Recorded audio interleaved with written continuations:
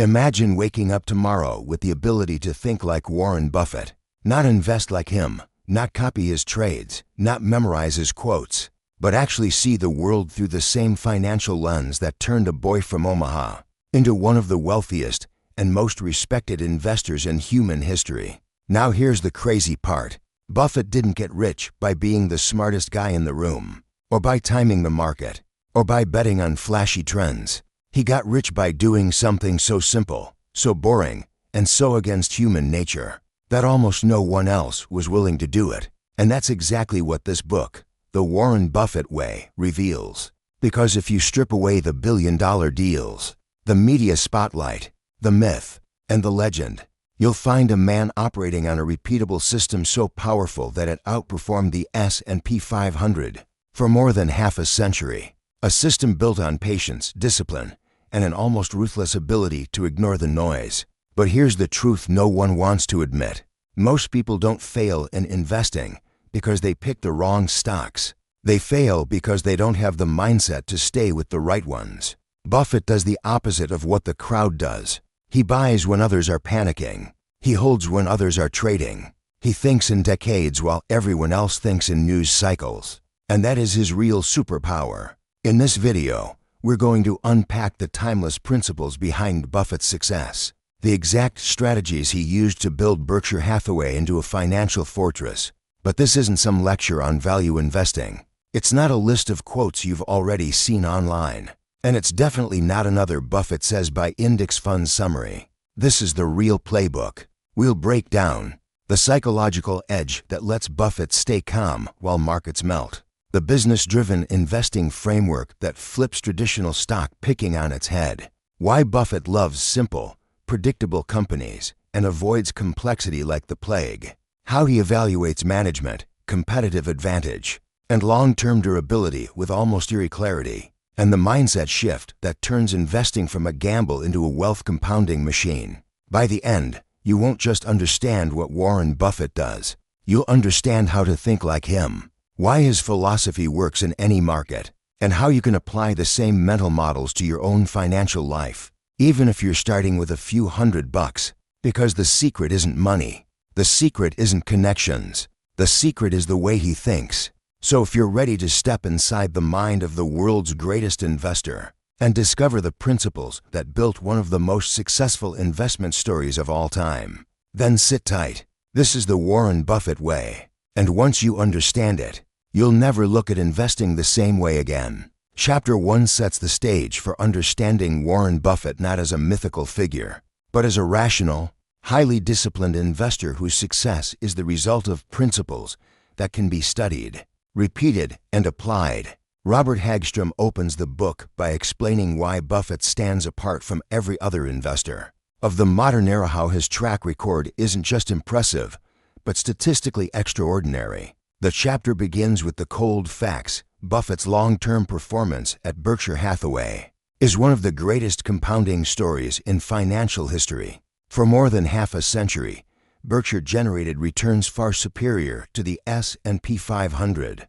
not by speculation, not by using leverage, and not by chasing high-growth trends, but by following a coherent and consistent philosophy grounded in value investing.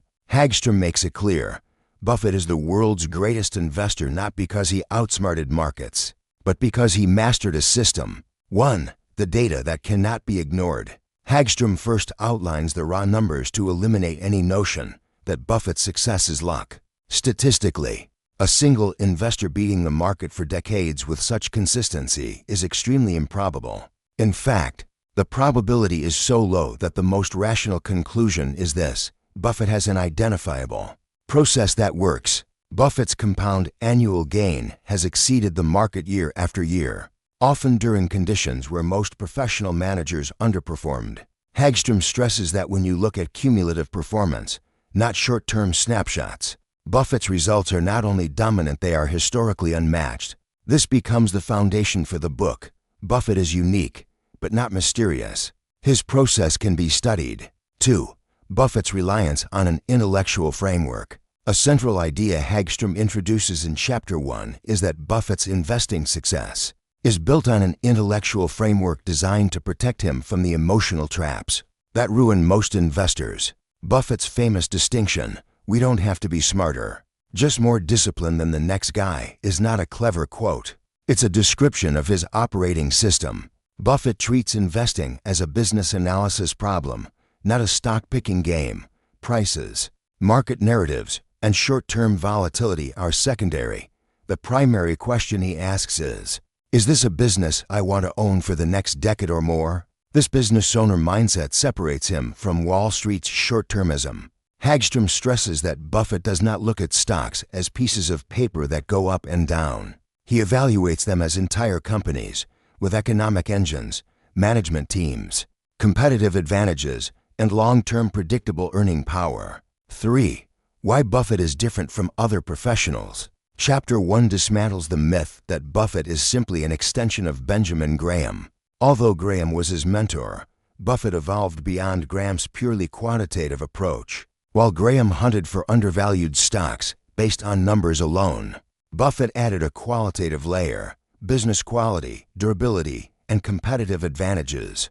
Hagstrom emphasizes that Buffett combines Graham's discipline of buying undervalued companies with Philip Fisher's focus on high-quality, well-managed businesses. This hybrid approach, value investing plus business excellence, is the core of Buffett's edge. Most investors choose one camp or the other. Buffett synthesizes both. 4. Berkshire Hathaway as a case study in compounding. Hagstrom uses Berkshire not as a corporation, but as a living example of Buffett's philosophy. Buffett transformed Berkshire from a failing textile mill into one of the world's most valuable conglomerates, demonstrating the power of intelligent capital allocation. Hagstrom explains that Buffett's role is not that of a stock picker or CEO in the traditional sense. Instead, he is a master capital allocator, moving money to the highest return opportunities inside or outside the company. Berkshire's evolution shows how Buffett applies his core principles. Buy businesses with strong, consistent earning power. Use cash flow to acquire more great businesses. Hold them for decades. Allow compounding to do the rest.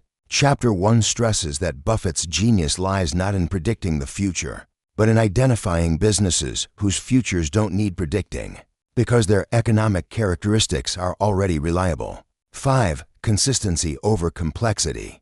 A recurring theme Hagstrom highlights is that Buffett's system is unusually simple. But simple does not mean easy. Buffett avoids complexity because complexity creates uncertainty. Instead, he seeks what he calls businesses I can understand, predictable companies with stable economics. Many investors dismiss such businesses as boring, but Buffett sees them as compounding machines. Hagstrom contrasts Wall Street's obsession with new models, new metrics, and new technologies with Buffett's timeless adherence to fundamentals. While the financial world constantly reinvents itself, Buffett stays anchored in a set of principles that barely changed over decades. 6. The psychology behind Buffett's success. Perhaps the most important insight from Chapter 1 is psychological. Hagstrom argues that Buffett's biggest advantage is emotional, not analytical. He does not react to market noise. He is comfortable being patient. He is unaffected by fear-driven sell-offs or euphoric rallies. His temperament allows him to follow his strategy with unwavering consistency. Most investors know what they should do: stay long-term, avoid overtrading, ignore noise. But few actually do it. Buffett does, every time, and that consistency compounds. 7. Why studying Buffett matters. Hagstrom closes the chapter by explaining why understanding Buffett is valuable for regular investors. Buffett's principles do not require advanced mathematics, insider connections, or enormous capital. They require clarity of thought, discipline, and the willingness to focus on business fundamentals rather than stock price movements. The chapter argues that ordinary investors have far more to learn from Buffett's mindset than from any technical model or trading system. Buffett's way works not because it is exciting, but because it is grounded in rationality and time-tested economic truths. 8. The core promise of the book. Chapter 1 ends by positioning the rest of the book as a roadmap. Hagstrom promises to break down Buffett's methods into identifiable components: business selection, management evaluation, financial analysis, valuation, portfolio construction, long-term temperament. Together, these parts form a repeatable system anyone can study. Chapter 2 traces the development of Warren Buffett's investment philosophy by walking through the major intellectual influences, decisions, and turning points that shaped him.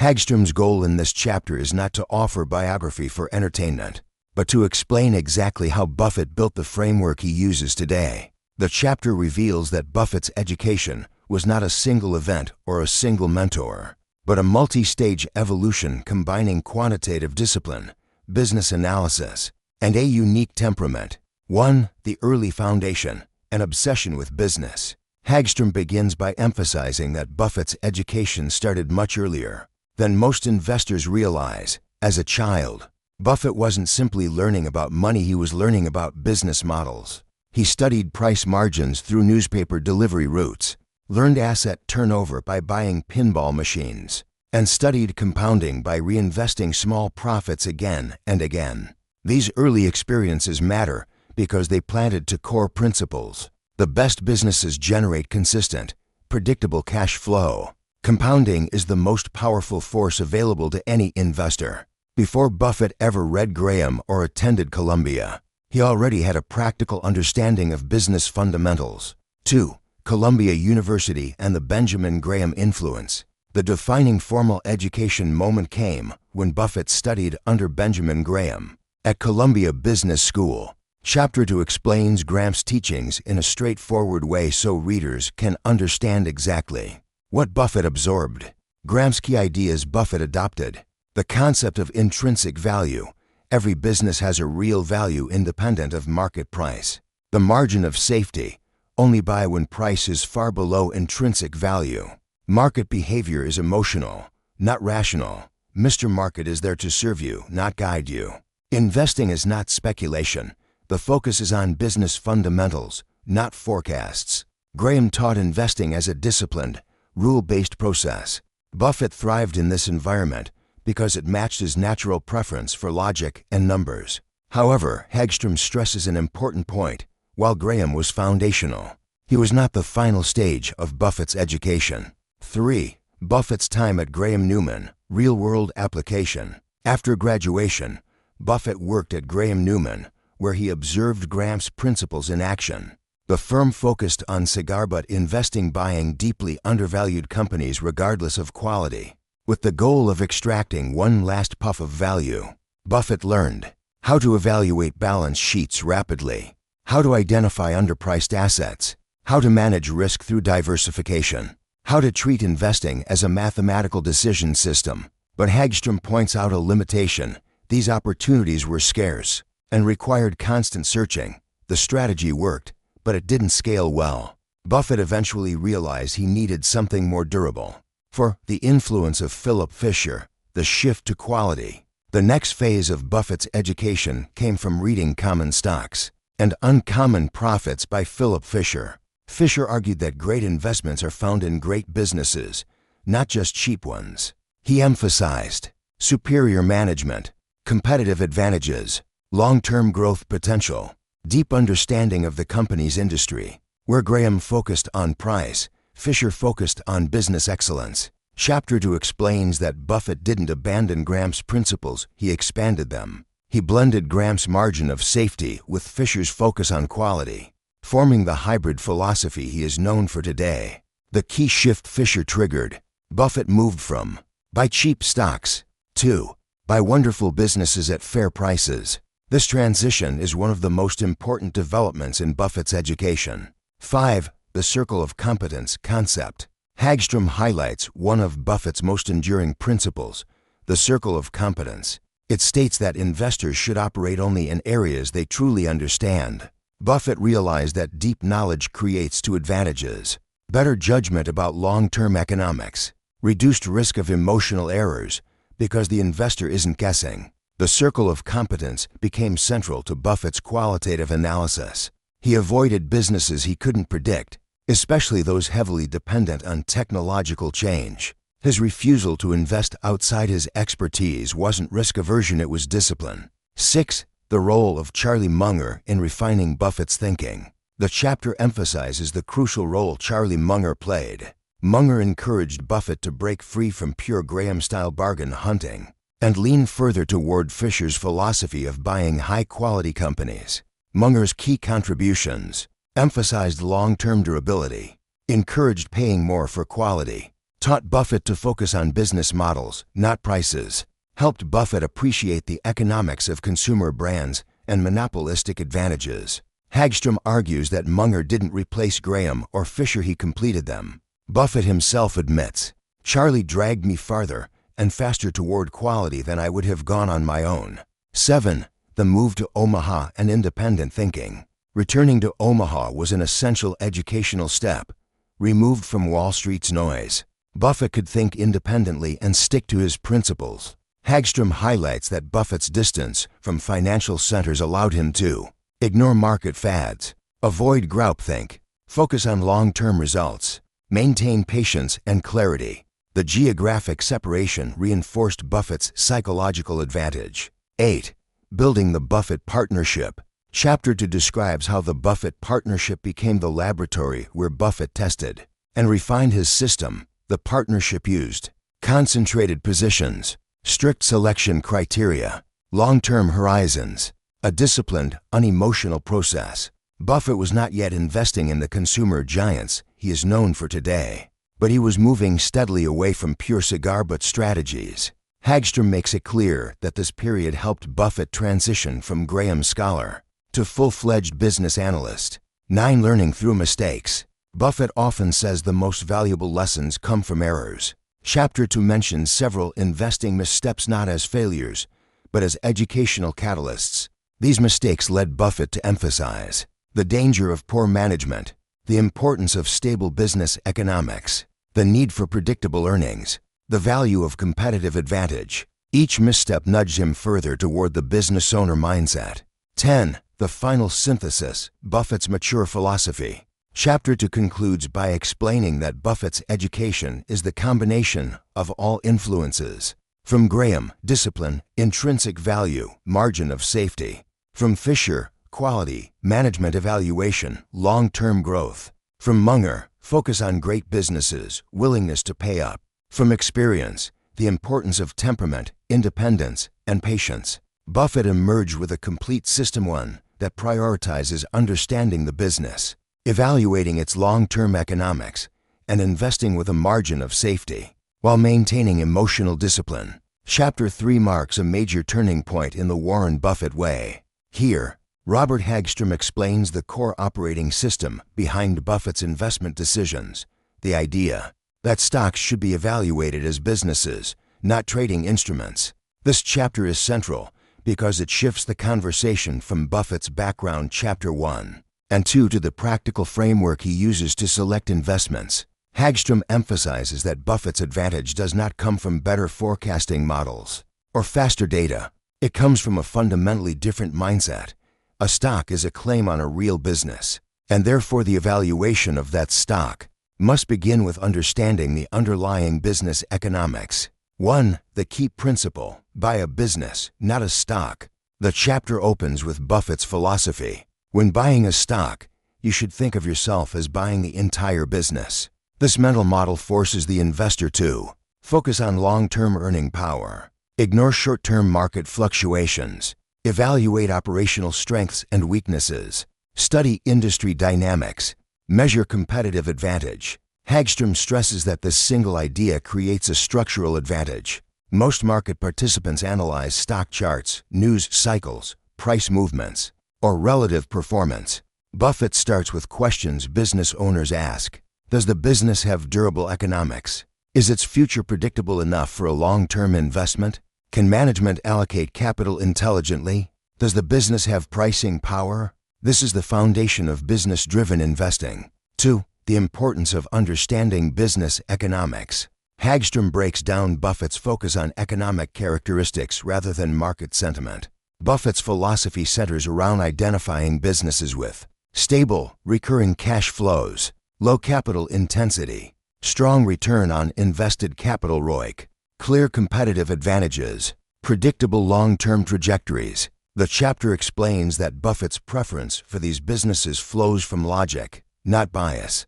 A business with predictable economics allows an investor to estimate intrinsic value with confidence. Without predictability, intrinsic value becomes speculation. Buffett avoids companies where economic outcomes depend heavily on unpredictable factors, such as commodity prices or rapid technological shifts.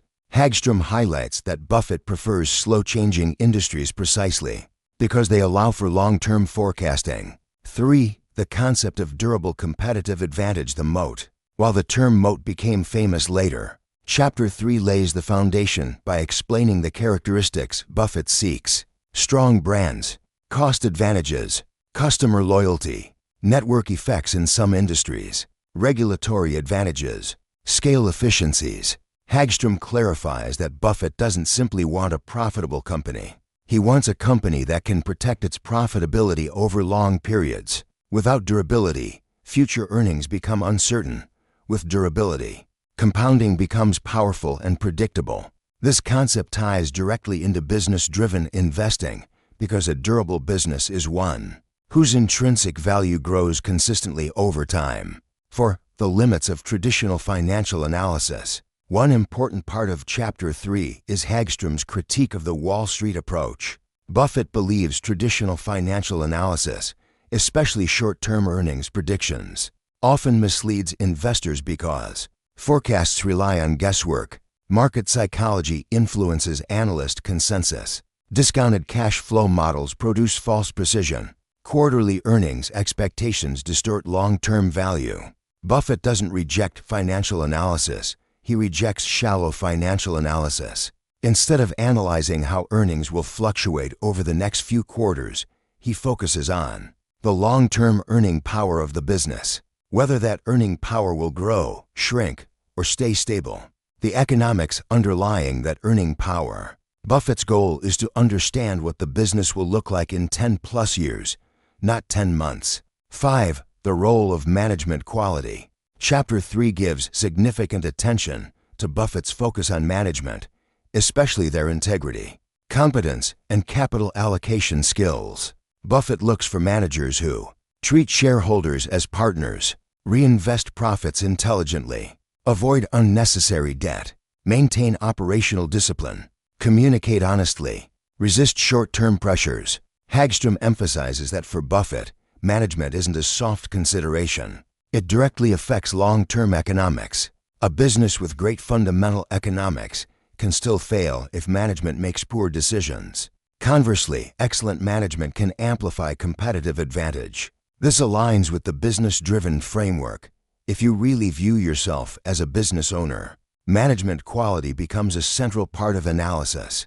6. The owner earnings concept. One of the most technical parts of the chapter is Buffett's preference for measuring owner earnings rather than standard accounting earnings. Owner earnings equals net income plus depreciation plus amortization, required capital expenditures. This metric focuses on cash available to owners, not accounting constructs. Hagstrom highlights that Buffett uses owner earnings because they reflect true economic profitability. They remove accounting distortions. They directly relate to intrinsic value. They show whether a business generates free cash without constant reinvestment. Businesses with high owner earnings relative to capital needs are inherently more valuable. This ties back to Buffett's preference for companies requiring minimal capital investment to maintain high returns. 7. Intrinsic value as the ultimate anchor. Chapter 3 reinforces that intrinsic value is the compass guiding Buffett's decisions. Intrinsic value is defined as the present value of future owner earnings. However, Buffett avoids precise calculations because small changes in assumptions can create large differentials. He prefers businesses where intrinsic value is stable, predictable, and increasing over time.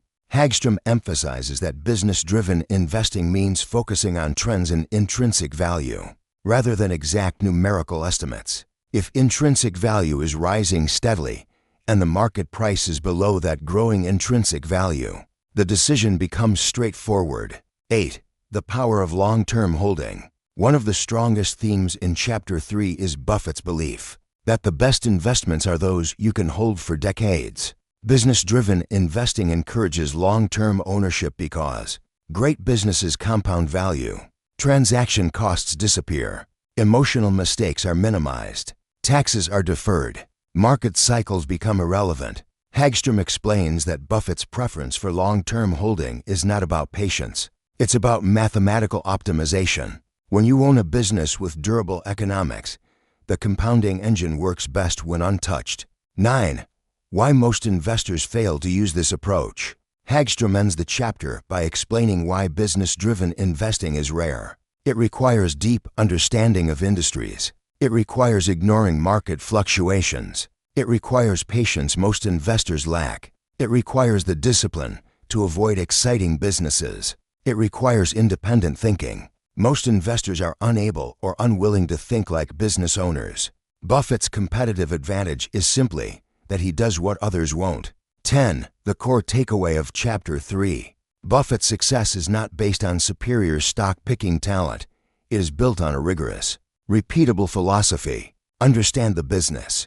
Evaluate durability. Measure true economic earnings. Determine intrinsic value. Buy with a margin of safety. Hold as long as the business remains excellent. This chapter forms the analytical backbone for the rest of the book. Chapter 4 explains, in detail, how Warren Buffett evaluates and purchases common stocks within the Berkshire Hathaway framework. This is one of the most practical chapters in the entire book because it breaks down exactly how Buffett applies his business-driven philosophy introduced in Chapter 3 to actual equity selection. Robert Hagstrom focuses on the criteria, mental models, and economic filters that Buffett consistently uses when deciding whether to buy a company's stock. The chapter clarifies a critical point. Buffett does not differentiate between buying an entire business and buying a minority position through stock purchases. In both cases, he follows the same analytical logic. 1. Buffett's four-category framework for investment opportunities. The chapter begins by identifying the four categories of investments Buffett has historically used. While Berkshire has evolved over the years, these categories provide a structural understanding of how Buffett allocates capital. Generals, private owner control. Entire businesses Berkshire acquires outright. Generals, public market non-control. Publicly traded stocks purchased as minority stakes. Workouts, special situations. Mergers, arbitrage opportunities. Restructurings used mostly in early Buffett partnership years. Control situations partial or full. Companies where Berkshire obtains substantial influence, but not necessarily 100% ownership. Chapter 4 focuses specifically on Category 2, public market common stock purchases, the part of Buffett's strategy most accessible to typical investors. 2. Why stocks are just businesses on sale to Buffett. Hagstrom reiterates that Buffett's core rule is to treat a share of stock as proportional ownership in a business.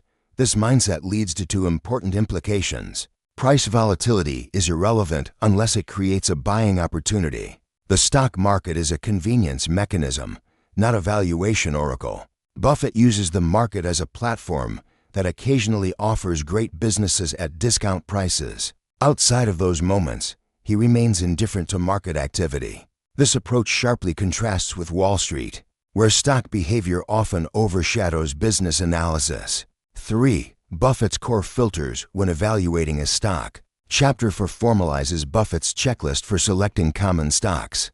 Hagstrom outlines for primary filters. Filter 1. The business must be understandable. Buffett avoids complexity. If he cannot predict long-term economics with reasonable confidence, he passes. This eliminates high-tech, speculative biotech, commodity-driven firms, rapidly changing industries. A stock is only investable if the business model is predictable for 10 years. Filter 2. Consistent operating history. Buffett prefers businesses with stable track records. Hagstrom notes that Berkshire almost never buys turnaround stories. Instead, Buffett seeks long-term earnings stability, reliable cash flow, consistent returns on equity, durable margins. A predictable past increases confidence about the future. Filter 3. Favorable long-term economics. Buffett wants businesses with pricing power, moat-driven competitive advantages, high returns on capital, low reinvestment needs, strong brand equity or dominant market position. These characteristics support intrinsic value growth over decades. Filter 4. Able and trustworthy management.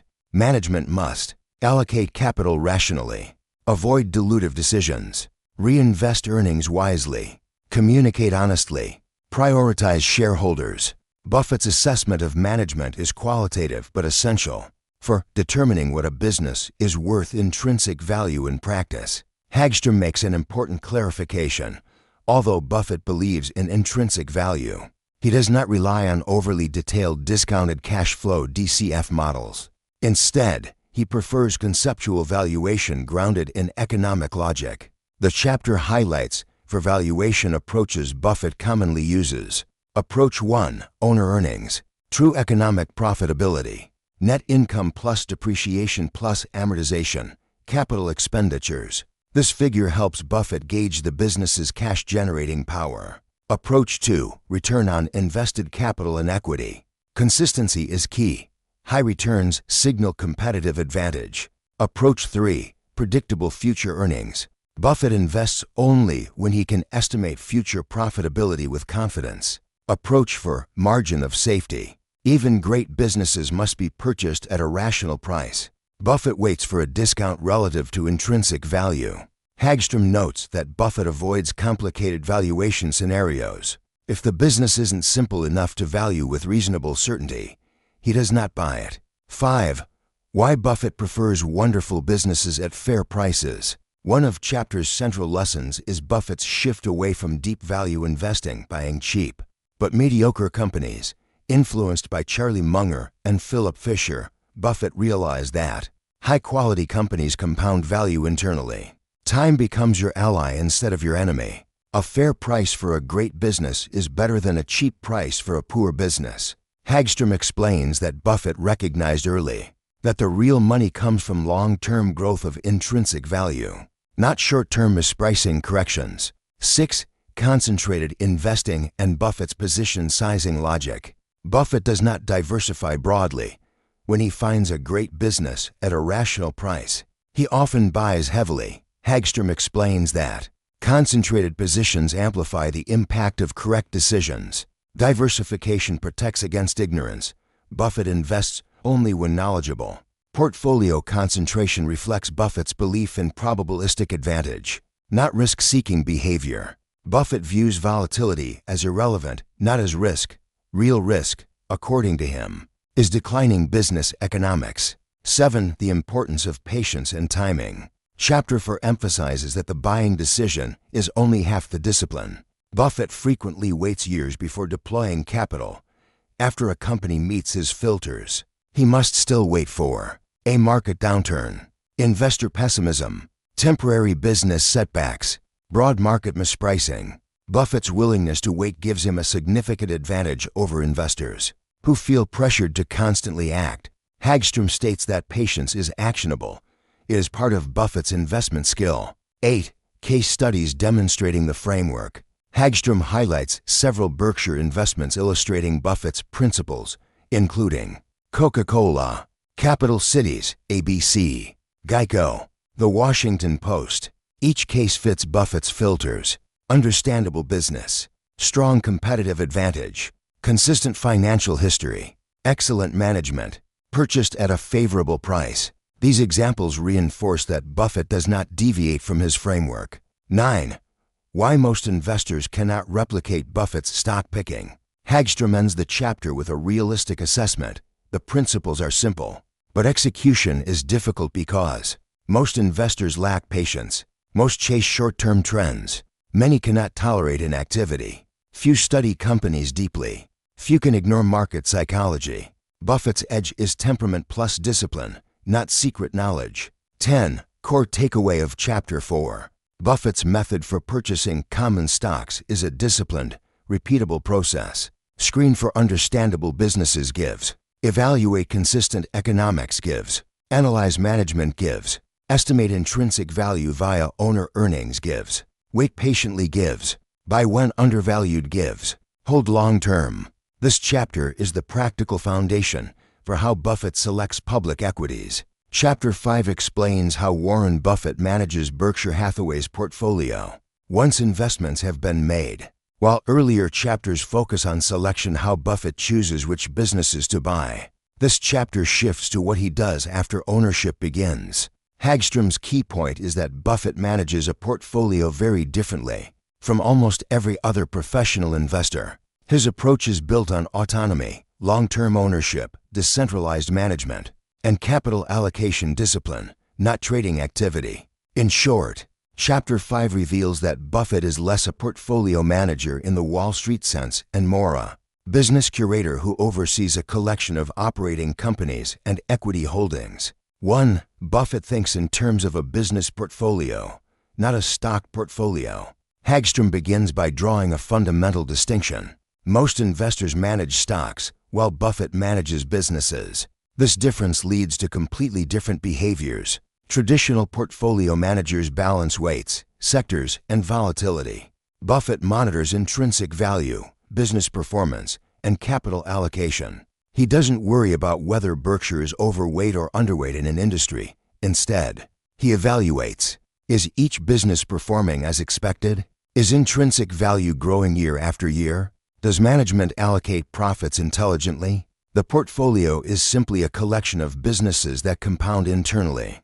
2. The decentralized management model. Once Berkshire acquires a company, Buffett rarely interferes in daily operations.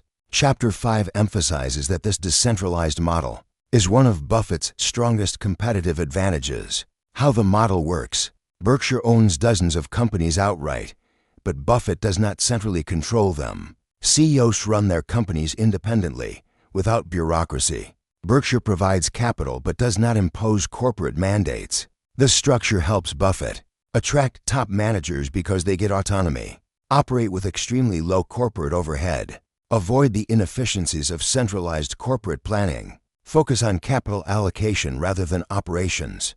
Hagstrom highlights that Buffett considers himself a capital allocator, not an operator. 3. The role of capital allocation. Buffett personally decides how Berkshire's capital is deployed.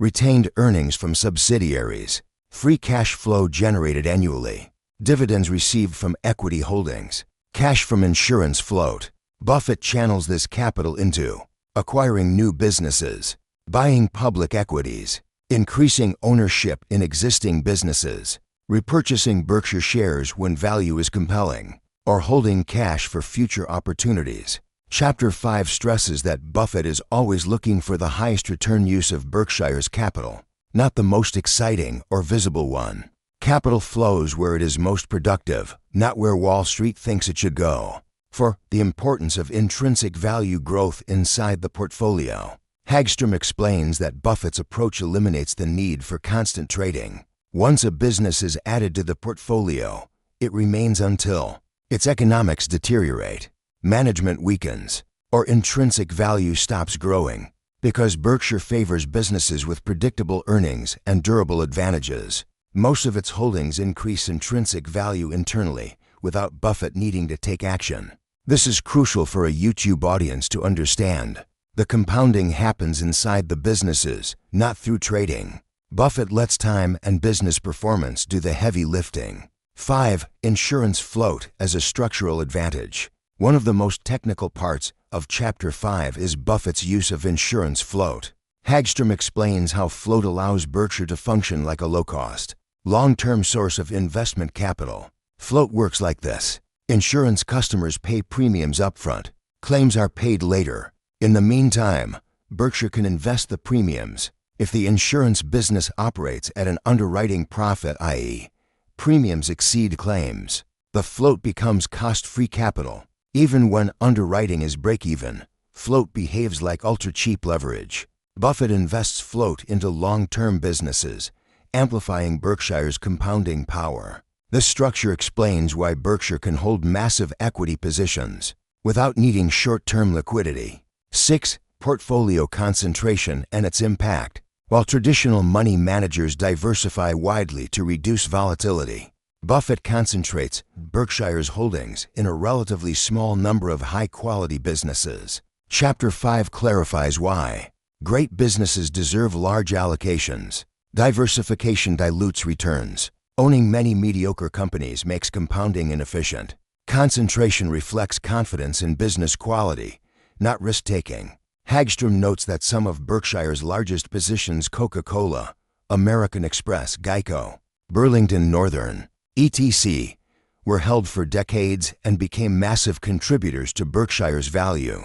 The takeaway: long-term concentration in superior businesses drives superior returns. 7. Minimal trading as a strategic advantage. Buffett's famous quote, "Our favorite holding period is forever," is more than philosophy. It's operational.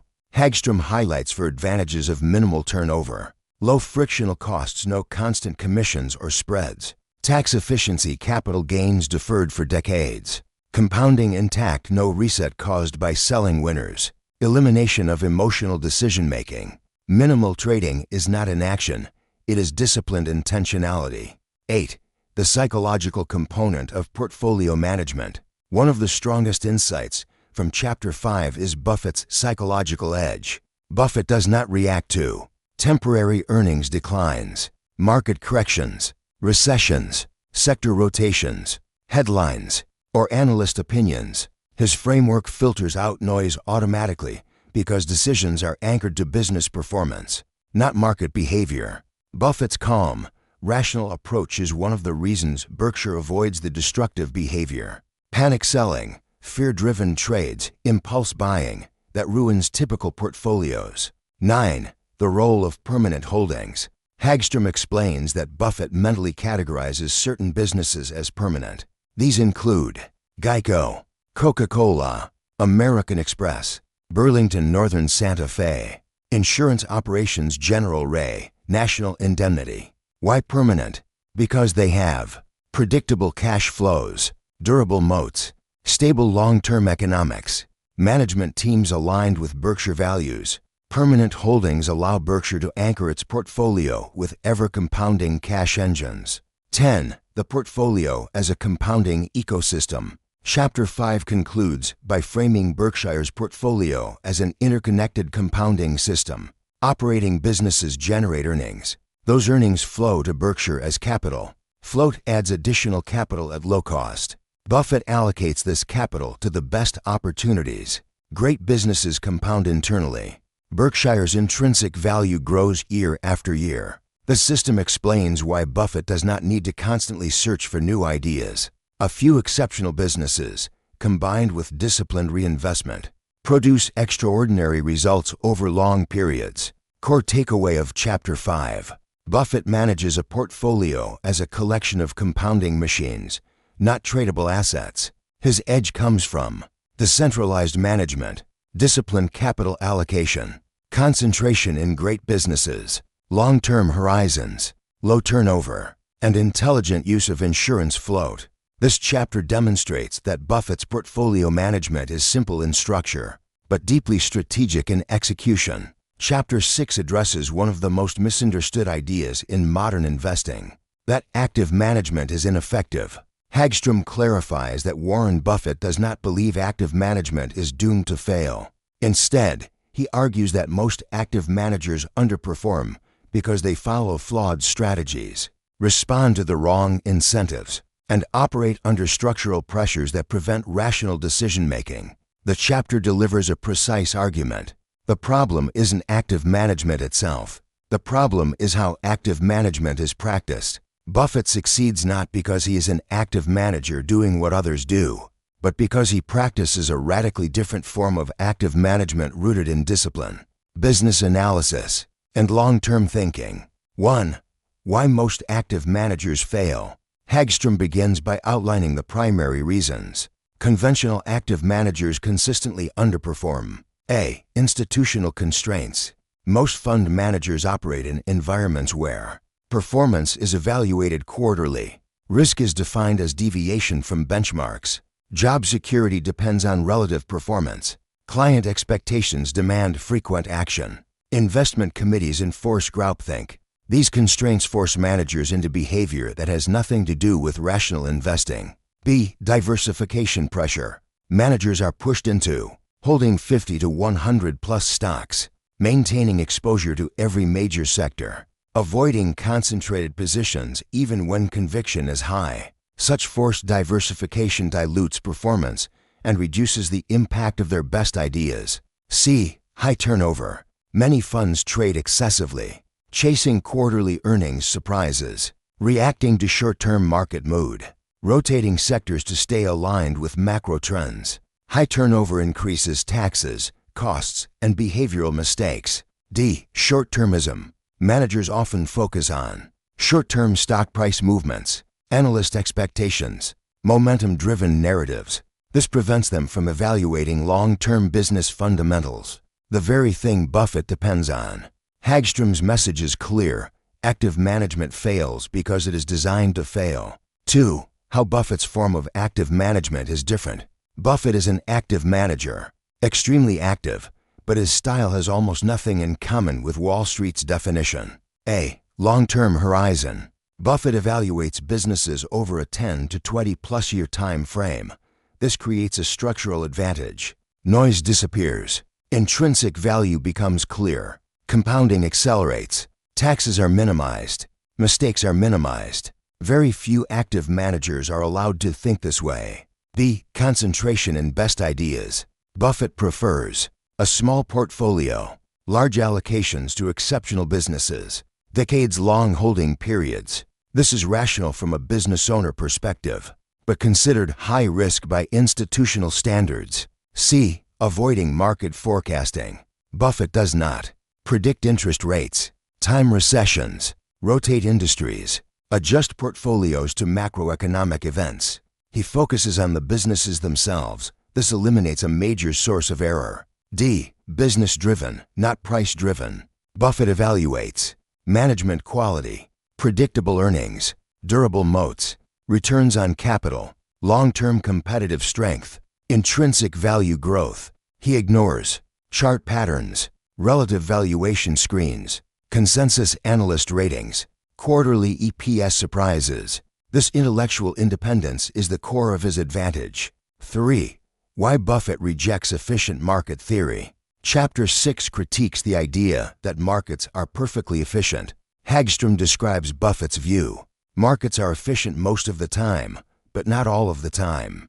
To Buffett, inefficiencies come from fear-driven sell-offs, overreactions to short-term events, analyst herding behavior, investors confusing price and value, emotional decision-making, institutional constraints. Buffett believes the market becomes a voting machine in the short term and a weighing machine in the long term, meaning price eventually reflects intrinsic value. But during fluctuating periods, mispricing is inevitable. These temporary mispricings are where Buffett invests. 4. What active managers could learn from Buffett. Hagstrom outlines for lessons from Buffett that could dramatically improve active management if institutions were willing to adopt them. Lesson 1. Think like a business owner. Evaluate companies the way a private owner would, based on economics, not stock price chart movements. Lesson 2. Concentrate when you have a clear advantage. Diversification is sensible when you don't know what you're doing, but real skill becomes diluted if scattered across too many holdings. Lesson 3. Extend your time horizon. Lengthening the time frame reduces volatility and increases decision clarity. It aligns investment returns with business returns. Lesson 4. Reduce turnover. Less trading means fewer mistakes, lower taxes, lower costs, more compounding. Most fund managers do the opposite because of client pressure. 5.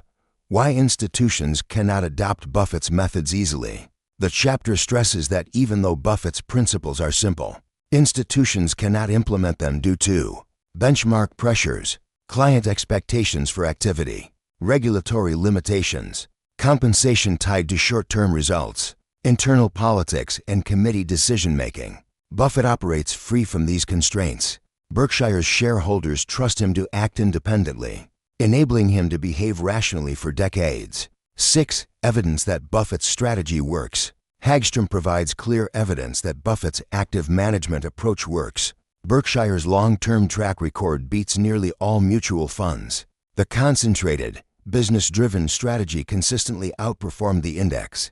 Buffett's low turnover. High-conviction approach-generated compounding that institutional constraints prevent. Buffett's strategy is not theoretical. It is demonstrated by real-world, long-term performance data. 7. Why patience is the central edge. One of Chapter 6's most important insights is that patience is a form of active skill. Buffett's strategy is active, but his action is analytical, selective, episodic, deliberate, long-term, deeply research-driven. He acts only when high-probability opportunities appear. This type of patience is an advantage because most investors cannot replicate it emotionally or institutionally. 8. The chapter's core argument. Hagstrom summarizes the chapter with a central message. Active management can work, but only if it rejects conventional practices and adopts Buffett's principles. Business-driven decisions, long-term horizon, concentration in best ideas, low turnover, independent thinking, valuation discipline, psychological stability. Buffett is proof that disciplined active management outperforms both passive strategies and traditional active approaches over long periods. Core takeaway of Chapter 6. Active management doesn't fail because markets are unbeatable.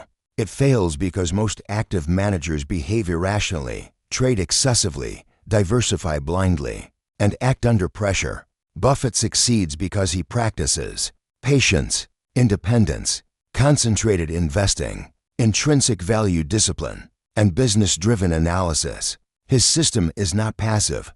It is rational active management, and it works. Chapter 7 concludes the Warren Buffett Way by examining the psychological foundation behind Warren Buffett's investment success. While earlier chapters explain Buffett's analytical models, business criteria, and portfolio management framework, this chapter focuses on the mental traits that enable him to apply those principles consistently over decades.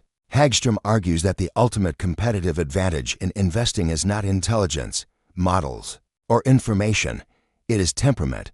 Buffett calls this element the money mind. The chapter makes a critical point. A superior investment framework is useless without the emotional discipline to follow it. This is where Buffett stands apart from most investors. 1. The psychological dimension of investing. Hagstrom begins by emphasizing that investing is an emotional activity disguised as a rational one. Financial markets trigger fear, greed, impatience, loss aversion, and competitive instincts. Most investors understand what they should do logically, but are unable to follow through behaviorally.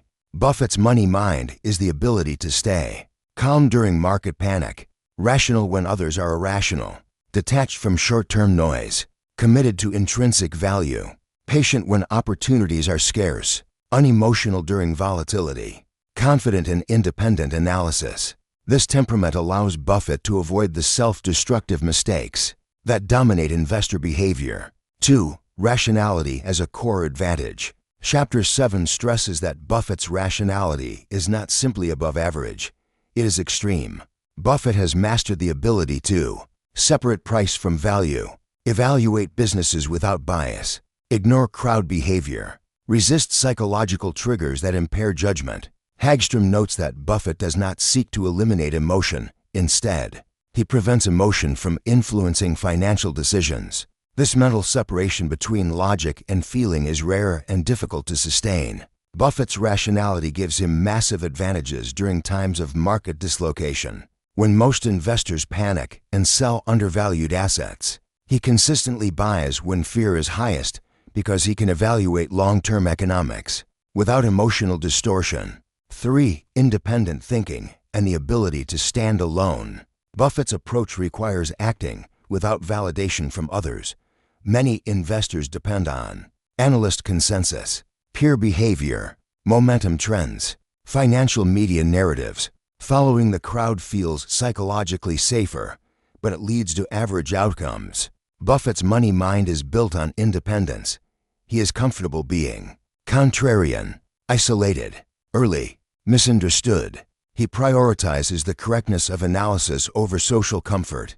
Hagstrom argues that this independence is essential because market mispricing almost always occurs when the crowd behaves emotionally. For discipline and the power of doing nothing. One of Buffett's most underrated psychological skills is his willingness to sit still. Chapter 7 emphasizes that inactivity is a strategic decision. Waiting is part of the process. Forced action leads to poor outcomes. Cash is a residual of rationality, not indecision. Most investors feel compelled to always be doing something, researching, trading, adjusting positions, reacting to events. Buffett does the opposite. He waits for rare moments when opportunity, value, and conviction align. The money mind includes the discipline to act only when the odds are overwhelmingly favorable. This is psychologically difficult because inactivity feels like underperformance, especially in professional environments. But Buffett's entire career demonstrates that long periods of inactivity followed by decisive action produce superior long-term returns. 5. Emotional stability and resistance to herd behavior. Hagstrom highlights that Buffett's emotional stability is not natural. It is trained and reinforced by experience. Buffett is unaffected by panic selling, euphoric rallies, pessimistic headlines, analyst downgrades, macroeconomic predictions, political cycles, recessions. This stability comes from a business-focused mental model because Buffett thinks like an owner rather than a trader. Market volatility is irrelevant unless it creates mispricing. This detachment reduces psychological noise and improves decision quality. Buffett's emotional neutrality allows him to maintain clarity when others are overwhelmed by fear or greed. 6. Avoiding cognitive biases. Chapter 7 also demonstrates how Buffett avoids the biases that distort investor behavior. Confirmation bias. Buffett actively seeks disconfirming evidence. Overconfidence. He stays within his circle of competence. Recency bias. He relies on long-term economics, not short-term patterns. Loss aversion. He focuses on intrinsic value, not temporary losses. Anchoring. He reevaluates businesses based on updated data, not past prices. Buffett's disciplined mental structure allows him to avoid psychological traps that lead average investors to consistently underperform. 7. Humility and intellectual honesty. Hagstrom notes that Buffett's money mind includes humility, not in personality, but in process. Buffett readily admits when he doesn't understand technology, uncertain business models, industries with short product cycles, businesses whose economics cannot be forecast. Instead of forcing interpretations or pretending to know more than he does, Buffett eliminates these companies from consideration. This intellectual honesty is a competitive advantage because it reduces errors of overconfidence. Buffett's humility leads to clarity. Focus only on what you can understand deeply and ignore everything else. 8. Long-term thinking as a psychological superpower. Time horizon is one of the most important psychological edges Buffett has. Most investors focus on quarterly results, worry about earnings surprises, react to short-term volatility, measure performance yearly or quarterly. Buffett operates on a 10 to 20-plus year timeline. This long horizon amplifies the power of compounding, reduces the impact of noise, aligns investment return with business return, allows him to ignore temporary setbacks. The money mind recognizes that long-term compounding is fragile. It requires calmness, patience, and consistency. 9. The importance of character in investing. Hagstrom argues that beyond intelligence, Buffett's character drives his results. Key character traits include integrity, prudence, patience, rationality, frugality, focus, discipline. These traits allow Buffett to avoid the destructive behaviors that plague investors. Character is the infrastructure that supports long-term consistency. Without the right character, analytical tools collapse under emotional pressure. 10. The final message of Chapter 7. Hagstrom ends the chapter and the book with this idea. The money mind is the ability to behave rationally with money over long periods of time. It is not about high IQ, complex models, predicting markets, insider information, computational power. It is about temperament. Buffett's greatest edge is psychological, not analytical. He succeeds because he avoids emotional mistakes, thinks independently, maintains discipline, stays within his circle of competence, focuses on business value, acts only when probability favors him, holds long-term, ignores noise, The money mind is the final pillar in Buffett's system, the element that makes all other principles workable. The Warren Buffett Way distills the investment philosophy, decision-making framework, and psychological discipline that turned Warren Buffett into one of the most successful investors of all time. Across 7 chapters, the book builds a complete profile of how Buffett analyzes businesses, buys stocks, manages a portfolio, and maintains the temperament required to outperform the market for decades. The book begins by establishing why Buffett's results are statistically extraordinary. His long-term returns, achieved without market timing or speculation, prove that superior performance is not about forecasting, it's about applying a consistent, rational framework. From there, the book traces his intellectual education, starting with Benjamin Graham's principles of intrinsic value and margin of safety, evolving through Philip Fisher's emphasis on business quality, and refined further by Charlie Munger's push toward buying wonderful companies at fair prices. Buffett treats investing as business ownership. That mindset shapes everything he does. Instead of focusing on stock charts or market narratives, he evaluates businesses based on their long-term economics, competitive advantage, predictable earnings, strong returns on capital, low capital intensity, trustworthy management, and the ability to compound value internally. He buys only when price offers a margin of safety and holds as long as the business continues to grow its intrinsic value. One of the book's major contributions is explaining how Buffett manages a portfolio. Unlike traditional asset managers who diversify widely, trade frequently, and react to short-term performance pressures, Buffett concentrates on a handful of high-quality businesses and gives them time to compound. He uses Berkshire Hathaway's decentralized structure and insurance float to reinvest capital efficiently, creating a compounding engine unmatched in modern finance. Chapter 6 clarifies that Buffett is an active manager, just not in the Wall Street sense. He is proof that active investing works when it's driven by business fundamentals, long-term thinking, low turnover, and independent judgment rather than benchmark pressures.